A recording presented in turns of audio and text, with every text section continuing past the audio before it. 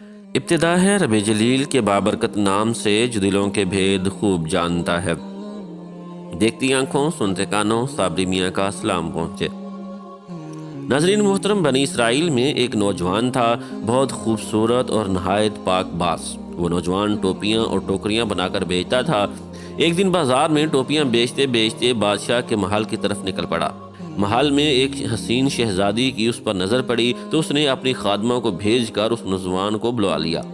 نوجوان سمجھا کہ شاید شہزادی صاحبہ نے کچھ خریدنا ہے۔ وہ خادمہ کے ساتھ محل میں داخل ہوا تو خادمہ دروازہ بند کر کے باہر سے چلی گئی۔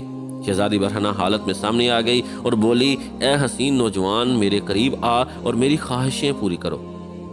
نوجوان نے کہا، کیا شہزادی، اس رب سے ڈر جو بڑا بے نیاز ہے۔ شہزادی نہ مانی اور دھمکی دینے لگ پڑی کہ اگر تو نے میری تسکین پوری نہ کی تو میں بادشاہ سلامت کے پاس شور مچاتی اسی حالت میں جاؤں گی اور کہوں گی کہ اس نوجوان نے میری عزت زبردستی لوٹنے کی کوشش کی ہے۔ اب نوجوان بڑا پریشان ہوا اور کچھ سوچ کر بولا، اچھا مجھے نہانے کی اجازت دی جائے تاکہ میں صاف ستھرا ہو جاؤں۔ شہزادی بولی، ٹھیک ہے، پر یہاں نہیں نہانا تم نے، کیونکہ تم بھاگ جاؤ گے۔ تم اس خادمہ کے ساتھ 40 فٹ اوپر محل کی چھت پر جا کر نہاؤ۔ نوجوان مان گیا اور اوپر چلا گیا۔ وہاں جا کر جو اس نے دیکھا کہ اب کیا کروں تو اس کے ذہن میں اس کے سوا اور کوئی حل نہ آیا کہ 40 فٹ سے چھلانگ ہی لگا دی جائے۔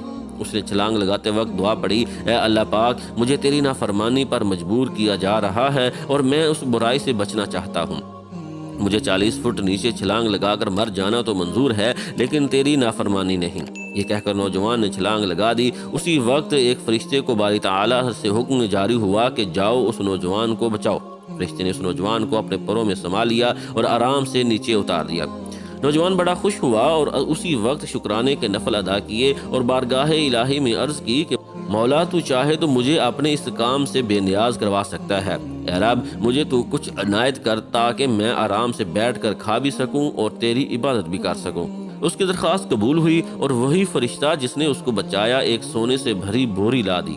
حسین نوجوان نے پھر سجدہ شکر ادا کیا اور بولا، اے میرے پروردگار، یہ جو سونا اسی رزق کا حصہ ہے جو مجھے دنیا میں ملنا تھا، تو اس میں برکت عطا فرما، اور اگر یہ اس اجر کا حصہ ہے جو مجھے آخرت میں ملنا ہے اور اس کی وجہ سے میرے آخرت کے اجر میں کمی ہوگی تو مجھے یہ دولت نہیں چاہیے۔